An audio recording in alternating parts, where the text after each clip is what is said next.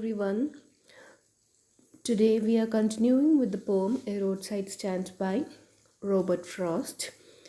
Um, we shall finish it off today, and you may go through the previous videos to get a quick recap. Okay, so I shall read the remaining of the lines. Here it is. Sometimes I feel myself I can hardly bear the thought of so much childish longing in vain, the sadness that lurks near the open window, that waits all day in almost open prayer. For the squeal of brakes, the sound of stopping car, of all the thousand selfish cars that pass, just want to inquire what a farmer's prices are. And one did stop, but only to plow up grass in using the yard to back and turn around, and another to ask the way to where it was bound, and another to ask could they sell it a gallon of gas. They couldn't this crossly, they had none, didn't it see? Now, the poet, he says that he can't tolerate the pain of something. What is that? What is it that he can't tolerate? He says that I myself feel that I can't hardly bear. He can't tolerate this. What is it? The thought of so much childish longing in vain. So, who is waiting for, or who is longing for something? The poor farmer is childishly longing, or he is waiting for something. What is he waiting for? He keeps waiting the whole day for a car to stop. Poet says that he can't tolerate this, the sight of farmer waiting in vain for the sound of brakes. The sadness that lurks near the open window. The farmer, he keeps sitting with their sad faces at the open window, and he's waiting for some cars to stop, for any or one of the cars to stop. Of all thousand selfish cars that pass, just want to inquire what a farmer's prices are. So the poet wishes that some car will stop, and that the passengers in the vehicles or in that cars will ask the farmer what the prices of his goodies are.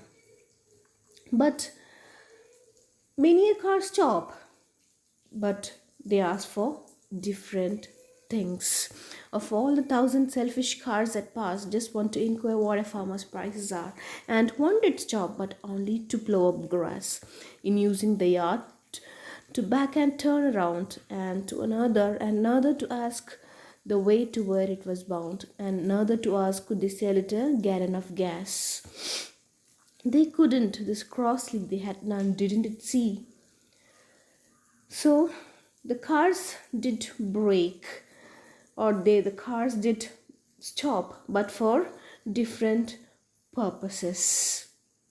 And one was to, where one car stopped to turn back using the yard in front of the stand, and it tore up the grass while doing it. So one car stopped, of course it stopped in front of the yard of the roadside stand, but it was to turn around, just to take a different direction, and thereby plowing up the grass, means to tearing up the grass while doing it. Okay, then,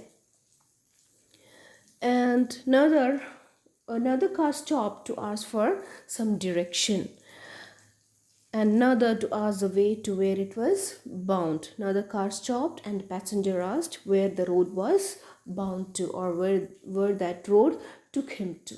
Okay, and another to ask could they sell it a gallon of gas.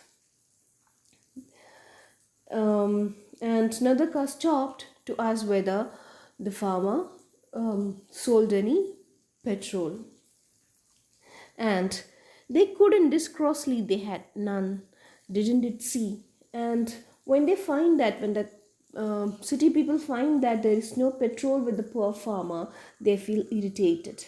The people in the car could easily understand that it is not meant for selling such stuff.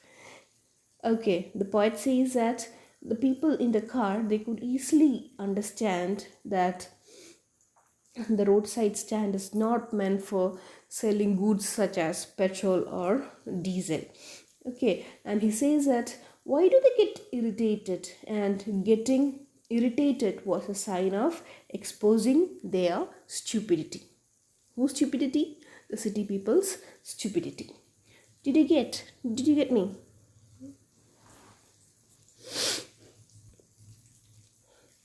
Now, in we are moving to the next lines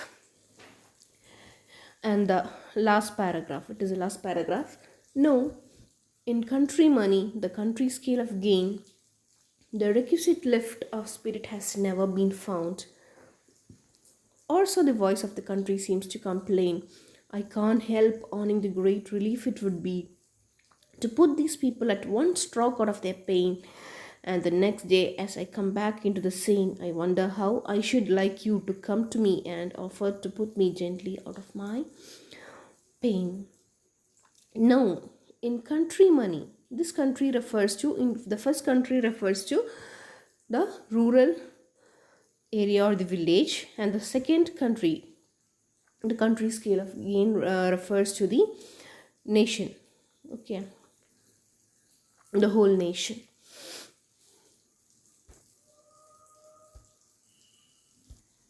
Here, the poet regrets that money is never sufficient in the countryside.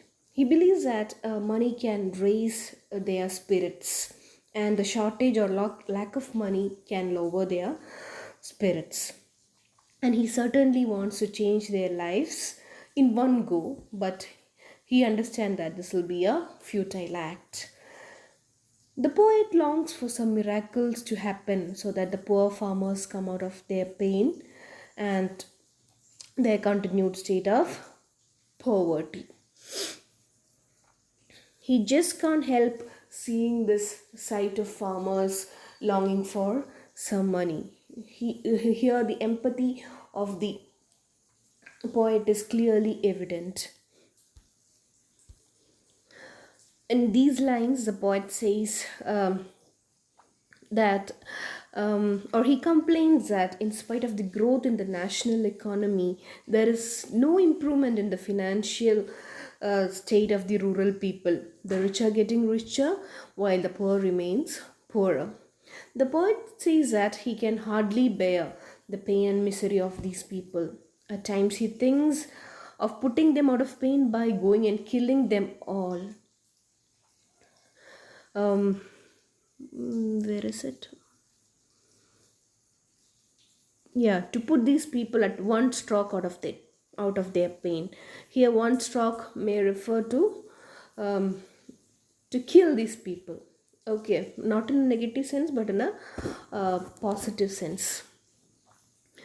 So he thinks of putting these poor farmers out of their pain by going and killing them all, and the next day he'll come to his senses, and he expects that someone should likewise come to him and put him out of his pain similarly. Okay, so you may read the poem and go through the video, pause it wherever needed, and ask for clarifications and doubts. And one more thing, Robert Frost actually intended to title this poem as Euthanasia, EUTHANASIA, and you have to find out why he would have thought of such a title. That's a work for you. You should find out why he thought of putting such a title, Euthanasia. Euthanasia means mercy killing. So we are winding up.